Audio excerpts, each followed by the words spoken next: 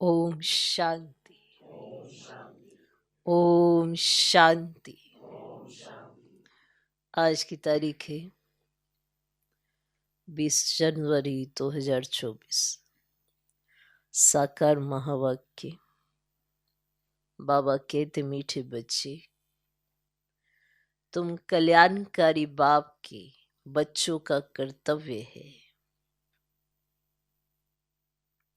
तुम कल्याणकारी बाप के बच्चों का कर्तव्य है सर्व का कल्याण करना।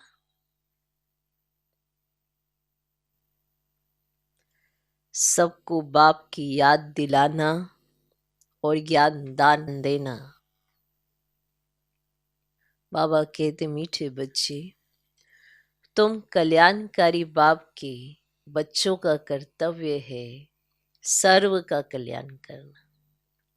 सबको बाप की याद दिलाना और ज्ञान दान देना। आज का प्रश्न, बाबा महारथी किन बच्चों को कहते हैं? उनकी निशानी क्या होगी? माना वो कौन से बच्चे हैं, उनमें ऐसी कौन सी निशानियां हैं जिसके लिए बाबा उन्हें महारथी कहते हैं? बाबा महारथी किन बच्चों को कहते हैं? उनकी निशानी क्या होगी? उत्तर, जो अच्छी रीति पढ़ते और पढ़ाते हैं। जो अच्छी रीति पढ़ते और पढ़ाते हैं, जिन पर सदा बृहस्पति की दशा है,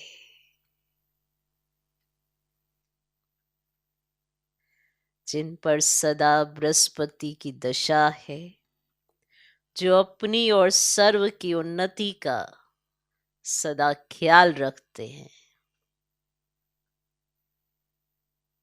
जो अपनी और सर्व की उन्नति का ख्याल रखते हैं सदा, जो यज्ञ सेवा में हड्डियां देते हैं,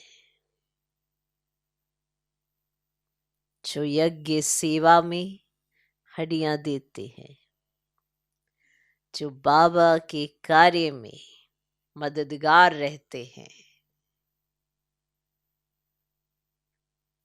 जो बाबा के कार्य में मददगार रहते हैं, वे हैं महारथी। वे हैं महारथी। ऐसे महारथी बच्चों को बाबा कहते, ये हैं मेरे सपूत बच्चे। ऐसे महारथी बच्चों को बाबा कहते, ये हैं मेरे सपूत बच्चे। तो ये निशानियां हैं किनकी? महारथी बच्चों की। तो बाबा महारथी किन बच्चों को कहते हैं, उनकी निशानी क्या होगी?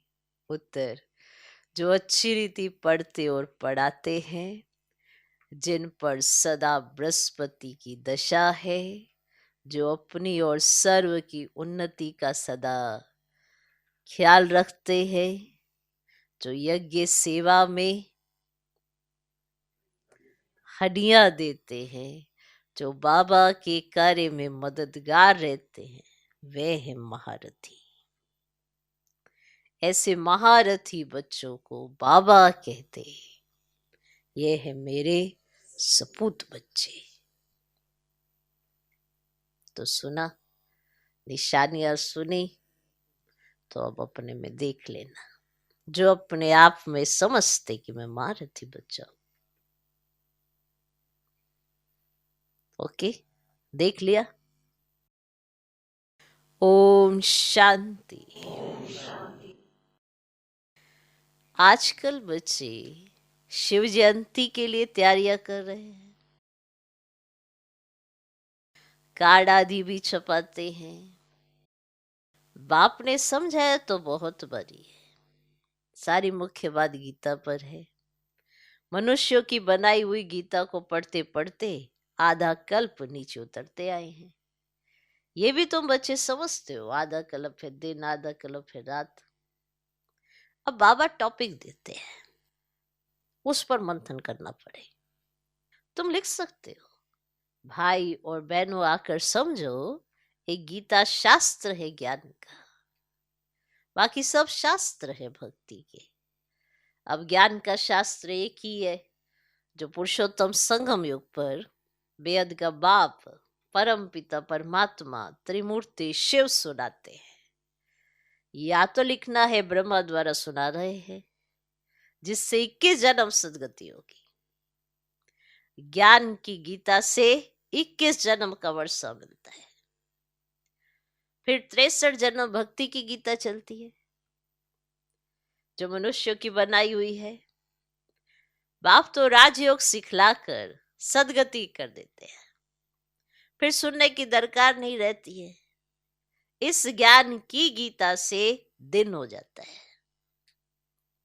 ये ज्ञान का सागर बाप ही सुनाते हैं, जिससे 21 जन्म गति सदगति होती है, अर्थात 100% पवित्रता सुख शांति का अटल अखंड सत्युगी दैवी स्वराज्य मिलता है।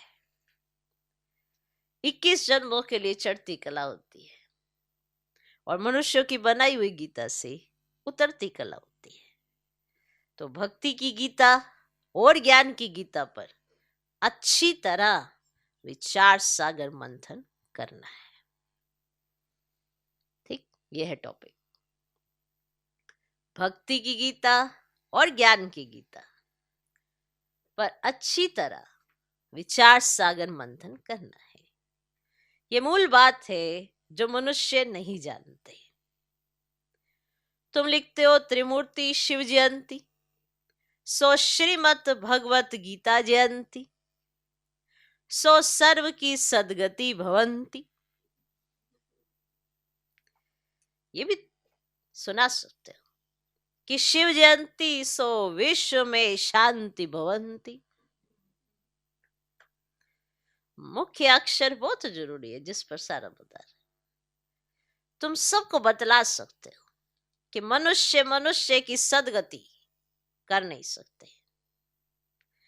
भगवान सदगति करने आते हैं पुरुषोत्तम संगम युग पर, जो अब हो रही है। अब ये 2-3 पॉइंट्स मुख्य हैं। शिव और श्री कृष्ण का गीता का कंट्रास्ट तो है ही। त्रिमूर्ति शिव भगवान से संगम पर गीता सुनने से सदगति में होती है। ऐसी ऐसी पॉइंट्स पर जब को विचार सागर मंथन करे, तब औरों पर भी असर पड़े।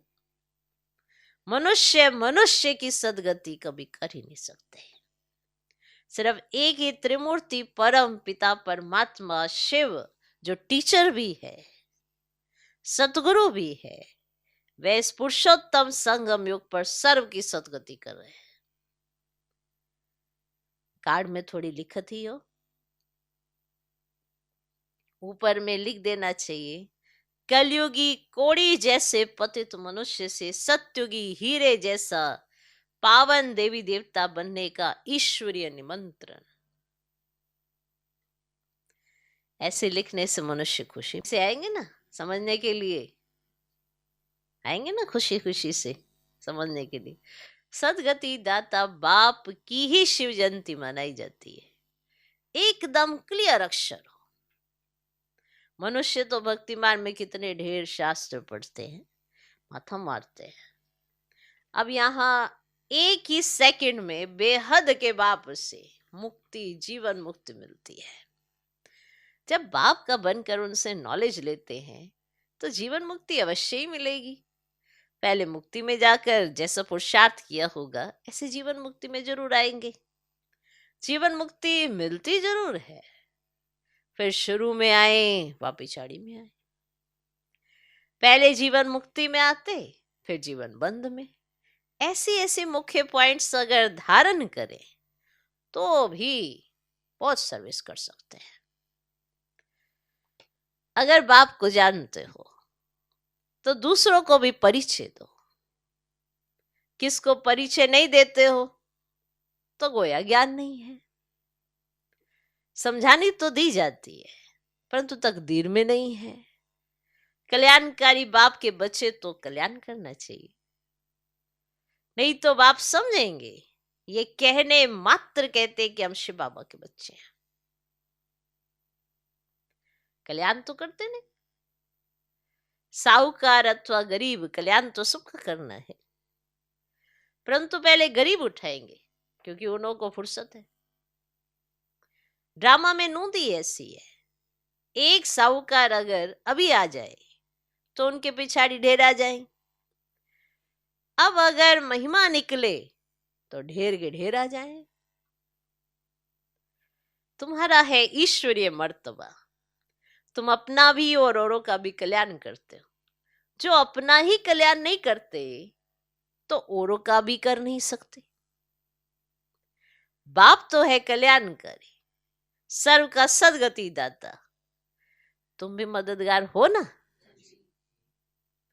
तुम जानते हो वह है भक्ति मार्ग की दशा, सदगति मार्ग की दशा एक ही है। जो अच्छी रीति पढ़ते और पढ़ाते हैं उन पर है बृहस्पति की दशा, उनको महारथी कहेंगे। अपने दिल से पूछो, हम महारथी हैं? फलाने फलाने मिसल सर्विस करते, प्यादे कभी किसको ज्ञान सुना ना सके।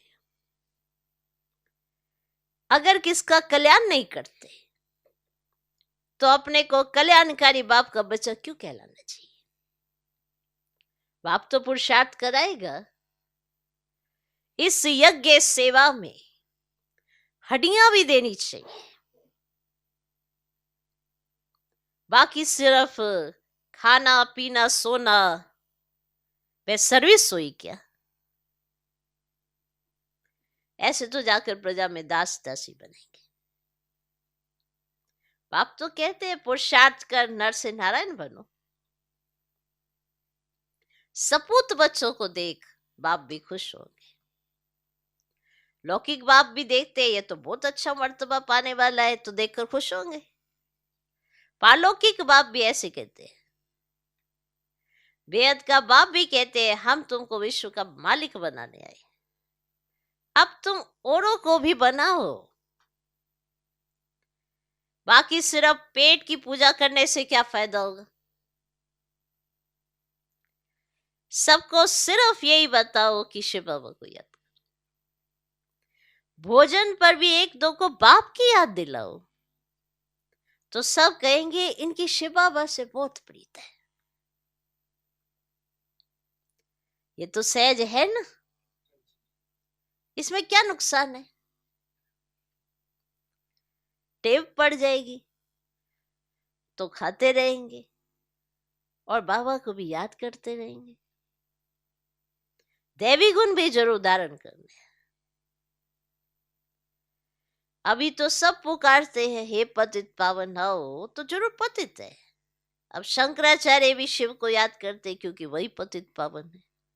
आधा करब भक्ति करते हैं फिर भगवान आते हैं। कोई को हिसाब का थोड़ी पता है। बाप समझाते हैं यज्ञ तप दान से मैं नहीं मिलता हूं।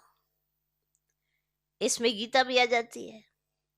ये शास्त्र आदि पढ़ने से कोई की सदगति नहीं होती है। गीता वेद उपनिषद सब है भक्ति मार्ग की। तो बाप तो बच्चों को सहज राजयोग और ज्ञान सिखलाते हैं, जिससे राजाई प्राप्त कराते हैं। इनका नाम ही है राजयोग, इसमें पुस्तक की कोई बात ही नहीं है। टीचर स्टडी कराते हैं पद प्राप्त कराने के लिए, तो फॉलो करना चाहिए। सबको बोलो शिव बाबा को याद करो, वे हम सब आत्माओं का बाप है। शिव बाबा को याद करने से विक्रम विनाश होंगे। एक दो को सावधान कर उन्नति को पाना है। जितना हो उतना याद को बढ़ाओ, और जितना याद करेंगे उतना ही कल्याण अपना ही है। जितना आप याद करेंगे अपना ही कल्याण है। याद की यात्रा से सारे विश्व को पवित्र बनाएंगे। याद में रहकर भोजन बनाओ तो उसमें भी ताकत आ जाएगी। इसीलिए तुम्हारे ब्रह्मा भोजन की बहुत महिमा है। वे भक्त लोग भोग लगाते हैं तो भी राम राम कहते रहते हैं, राम नाम का दान देते हैं। तुमको तो बुद्धि में घड़ी घड़ी बाप की याद रहनी चाहिए।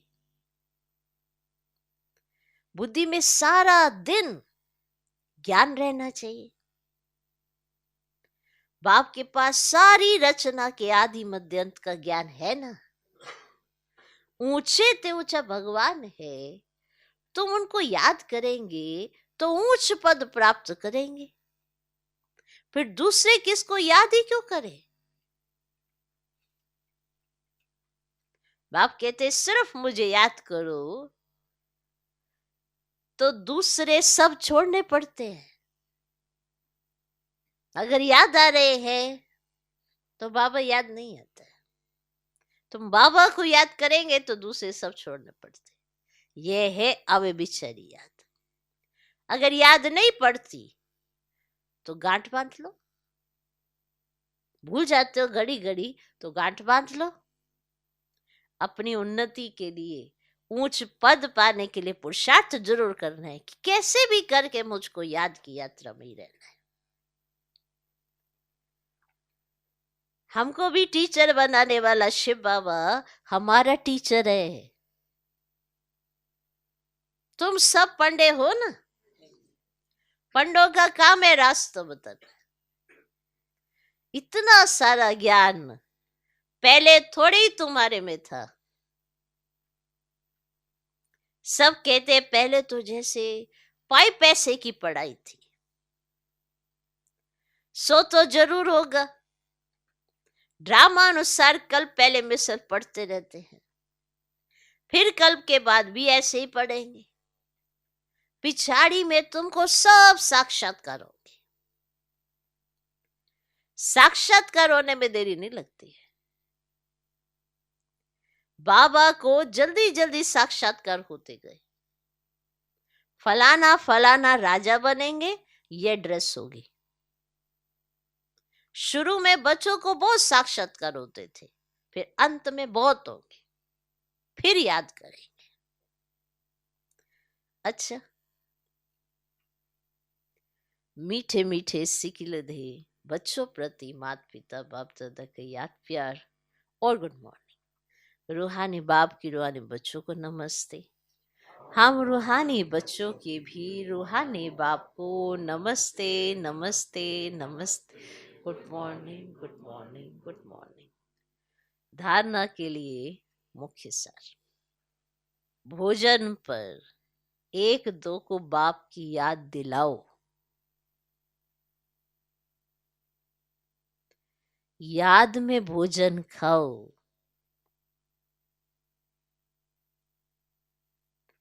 एक शिव बाबा से ही सच्ची प्रीत रखो। भोजन पर एक दो को बाप की याद दिलाओ। याद में भोजन खाओ। एक शिव बाबा से ही सच्ची प्रीत रखो। दूसरा पॉइंट, यज्ञ सेवा में हड्डियां देनी है। इसका मतलब होता है जिगरी दिल से सेवा करना, खुशी खुशी से सेवा करना, दुखी होके नहीं। कई बार होता है ना, मजबूरी से भी सेवा करते हैं। अब कह दी है सेवा दे दी है तो मजबूरी से करते हैं। दिल नहीं है पर मजबूरी से करते हैं। तबीयत ठीक नहीं है हमारी, फिर भी हमें सेवा दी जाए तो मजबूर।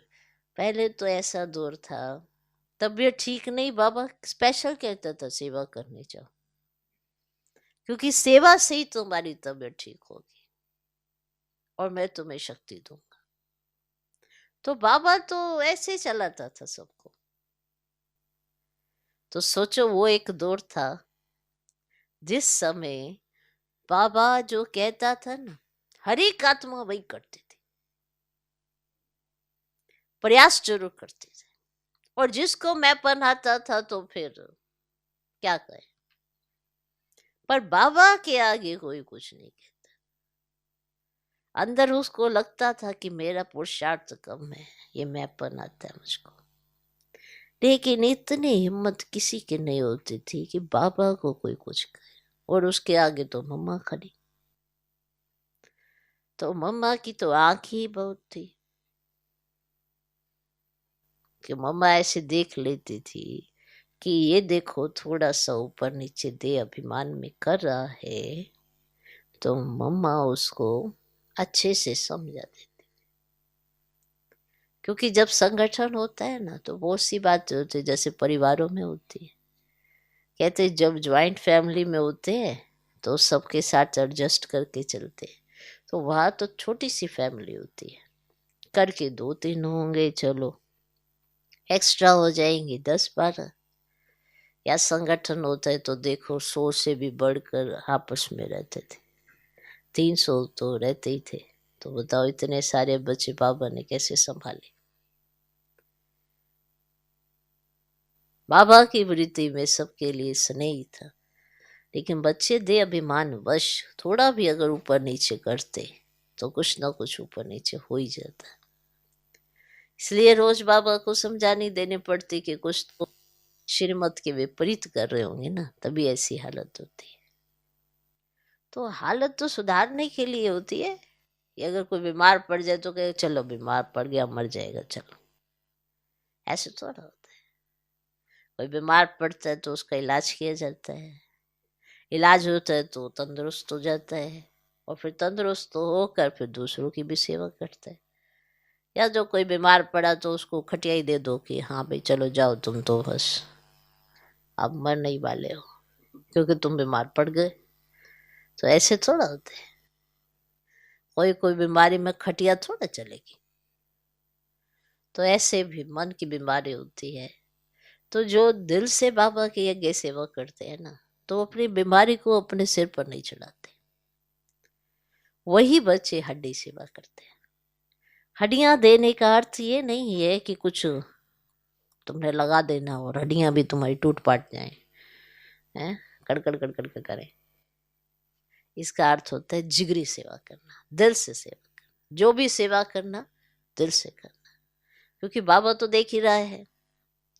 सोचो भक्ति मार्ग में सोचते बाबा देख रहा है, भगवान देख रहा है, तब नहीं देखा, आज देख रहा है। तो वो जो तब समझते थे तो थोड़े बचे रहते थे विक्रम करने से, लेकिन आज ये समझते हैं कि बाबा थोड़ा देख रहा है, हम बताएंगे तो बाबा को पता पड़ेगा। पर बाबा इस समय तो सब कुछ देख रहा है। समझा? तो यज्ञ सेवा में हड्डियां देनी है, बाप का पूरा मददगार बनना है, बाप का पूरा मददगार बनना है। तो समझा? भोजन पर बाबा की याद, यज्ञ में सेवा करते हड्डियां देने का अर्थ समझ में आया? जिगरी सेवा करना, दिल से करना।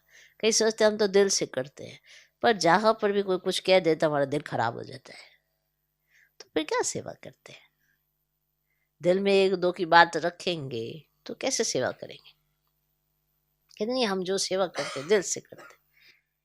सेवा करता वही आत्मा है जिसका दिल साफ होता है, तो वो हर जगह आपको दिखाई देगा।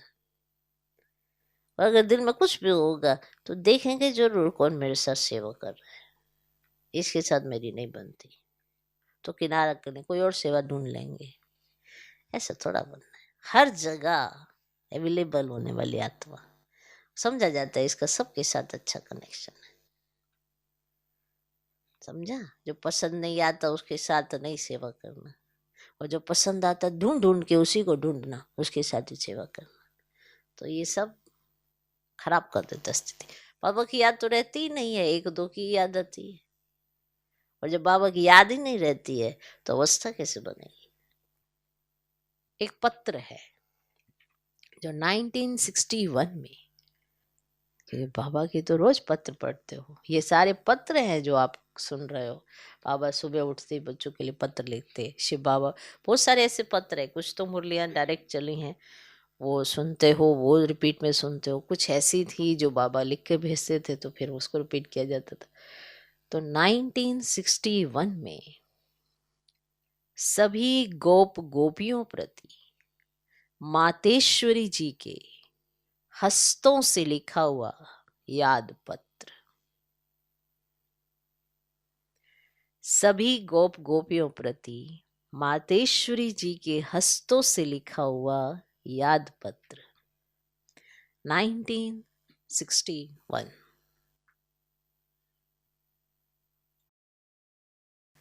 सभी गोप गोपियों प्रति अति याद प्यार। बात समाचार की आप सब ग्रस्त व्यवहार में रहते, कमल फूल समान अपनी जीवन में सफलता को पाते रहते हो ना। लाडले गोप तो अब सर्विस को अच्छी रीति उठाने के पुरुषार्थ में लग गए हैं, बहुत अच्छा है। आखिर भी अपने परम पूज्य बाप का परिचय सबको मिलना ही है। ये तो जानते हो कि इस उच्च प्राप्ति को कोटों में कोई ही पा सकेंगे, परंतु ऐसे फूल जरूर निकलेंगे तो ना। अच्छा, तेज रफ्तार से सर्विस को बढ़ाते चलो। खजाना अविनाशी ज्ञान धन का तो बहुत अनोखा है, अखुट है, तो जो बाप द्वारा सभी बच्चों को मिलता ही रहता है। कोई इसे प्राप्त कर ले तो जन्म जन्मांतर के लिए माला माल बन जाए। ये चीज ही ऐसी है। कहो लाडले गोप गोपियां, ठीक बात है ना। आप सभी गोप गोपियां अतीन्द्रिय सुख में जीवन के अनुभव से जीवन बिताते चलते चलो, और देखो लाडले गोप गोपियां, अब इस ब्राह्मण कुल की वृद्धि होने में ही सबका कल्याण है। फिर तो ब्राह्मण सो देवता अवश्य बनेंगे।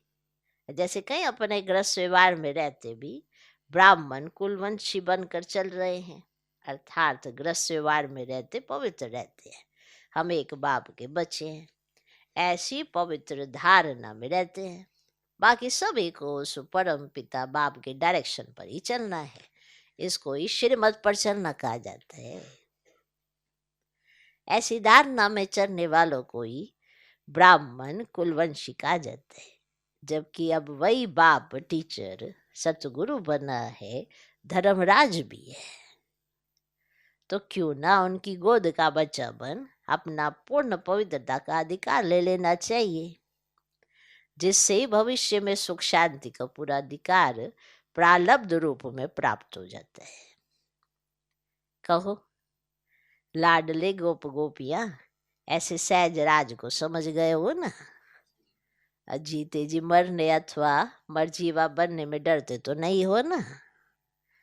आज ये पत्र हर एक अपने अपने नाम से समझे और अपना पत्र समझकर पढ़े अथवा सुने, और माँ का प्यार भी हर एक अपने नाम से पाए।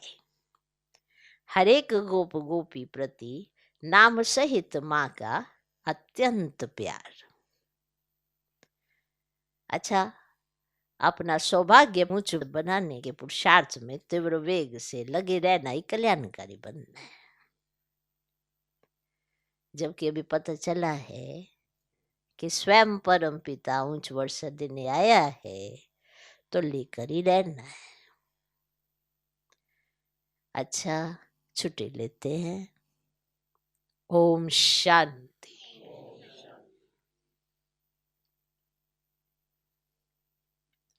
आज का वरदान,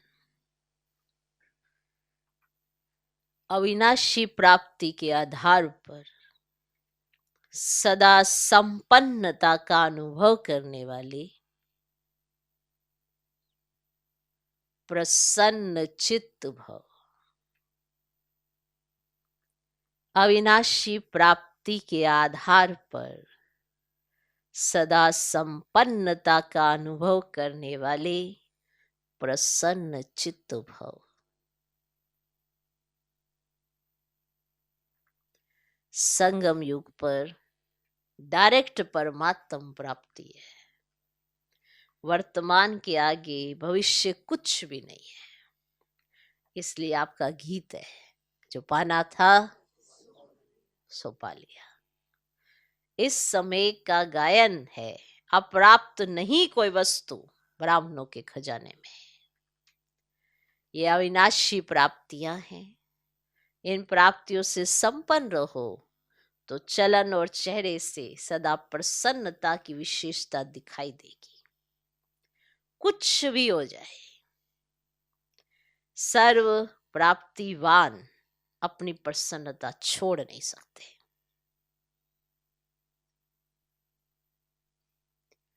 आज का स्लोगन, परमात्म प्यार के अनुभवी बनो तो कोई भी रुकावट रोक नहीं सकती। जिसे परमात्मा से प्यार हो गया और जिसने परमात्मा के प्यार को अनुभव कर लिया, उसके रास्ते में कोई विघ्न नहीं आते। परमात्म मार्ग में, परमात्म कार्य में विघ्न आते अगर हैं भी तो वो उसको विजयी बनाने के लिए आते हैं, उसको रोकने के लिए बिल्कुल नहीं आते।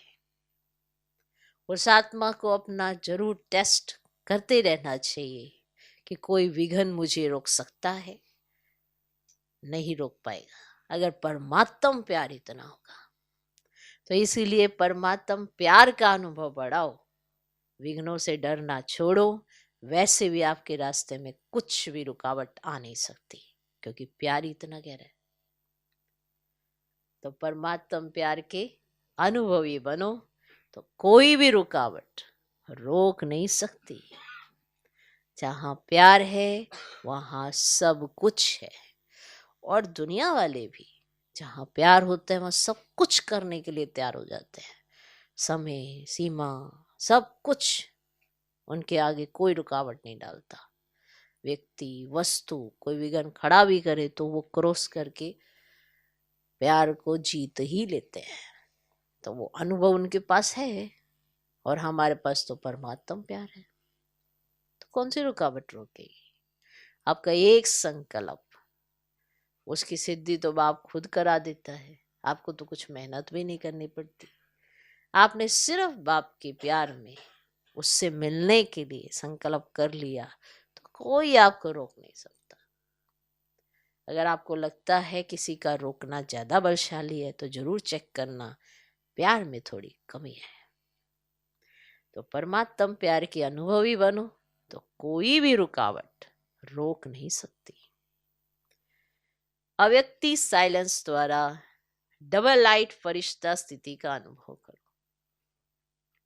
कोई भी आपके समीप संपर्क में आए तो महसूस करे कि यह रूहानी है, अलौकिक है। अपने पूर्वजपन की स्मृति से सभी आत्माओं की पालना शांति की शक्ति से करो।